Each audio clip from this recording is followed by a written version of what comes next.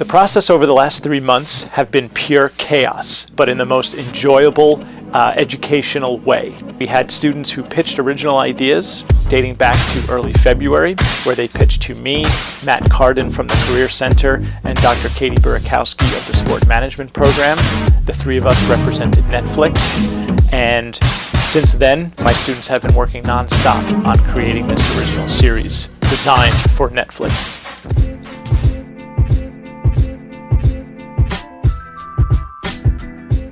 Mac's a guy from New York City, and he has a mom that really in his business. He graduated from NYU, and he did well in school, but he never did anything. And when he went to look for a job, he didn't have anything. His mom helped him out and got him this job up in Verge, Vermont.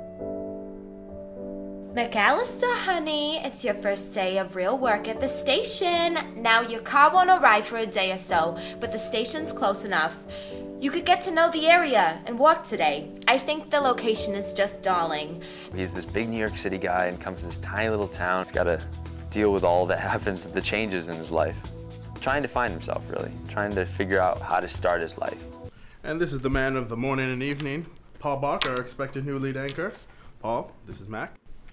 Great to meet you, Mac. So when it comes to the station, The Verge, he is the big shot, not only around the station, but he's the big shot around town. Pretty confident in himself and his abilities. He's pretty sure that he's gonna land this lead anchor job. Fred, an older guy, he's been a producer at The Verge, the station, for about 20 years. He's kind of a cocky jerk. He's got a dry sense of humor. He likes to think that he's like the boss around the station, when in reality, no one really seems to give him too much respect. Where is Miss Montgomery? She's supposed to be doing the weather in 3.5 minutes. Why did I even hire her? Oh yeah, her cooking, which I never get to try. That smell. She's here. What's up, Corgs? Corky, what makes you so special that you get to try her leftovers?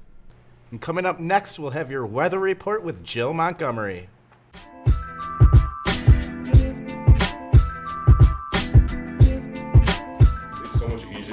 Drama and comedy. Yeah. And trying to be funny is so much harder than actually being funny. Trying to like write that down on a page, and so when you're sitting at the table reading, you write something that was funny, people laugh at it. It's really rewarding because you feel like, hey, maybe we can actually do this. Some of the character developments, I think that was the hardest. That was the hardest. It took the longest amount of time too. Certain characters, just trying to get into their heads as to like how they're going to interact with other characters or how they're going to speak. Are they going to be funny? Are they going to be serious? Are they going to be anxious? So that was the most challenging, I think, by far. And also just like figuring out what exactly they're gonna say in every scene, because you know everything they say makes a huge difference. There's a lot to interpret with the script. We have direction written on there for the actors, but it is really up to the director as well as the showrunner to decide how we want these lines presented. It was very enjoyable working with Julia and Tom. They're great writers. They have great ideas.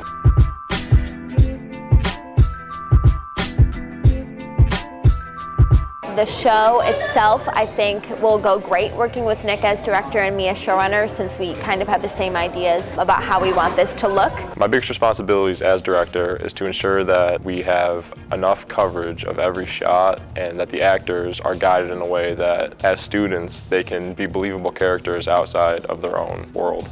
Personally, having somebody like that who I've been kind of in tune with since day one is fantastic. There's a seamless transition there, and there's never a lack of communication. Mike as assistant director is also fantastic. You need somebody there who can not only follow directions, but who can also have a mind for their own and see potential problems, because the one thing that you need to make sure in every shoot is that there's no continuity break between different shots. My biggest responsibility is to make sure that the director, Nick Millard, has nothing to worry about when he's on set. So I make sure I have all the background stuff situated. I've been mostly carrying a boom mic, handling situations that arrive on scene. I helped set up shots. I mean, I work mostly with Nick. Nick actually was really helpful. He made my job a lot easier. I had an idea and he had an idea too, so we kind of worked together. And it's just setting up the different shots, making the camera angles, looking at the camera, making sure it's just perfect, because as you know, different camera angles convey different meanings for the story. And then it's a little bit of post-production, just making sure that all the shots are okay and stuff like that. As production designer, I'm responsible for making all the sets look authentic and organizing all the different props and putting them into place so that everything looks realistic and not like it was just posed or that people were told to stand that way. So it looks natural. At Rob Meacham's house when we shot, I had to make sure his apartment looked authentic and there was nothing that was Fisher or New York related in there. As wardrobe designer, it's my responsibility to make sure that all the costumes look the way that they're supposed to for people who would be in Verge, what a farmer looks like, what he would wear, and what a hippie would look like, and so on, so it looks authentic.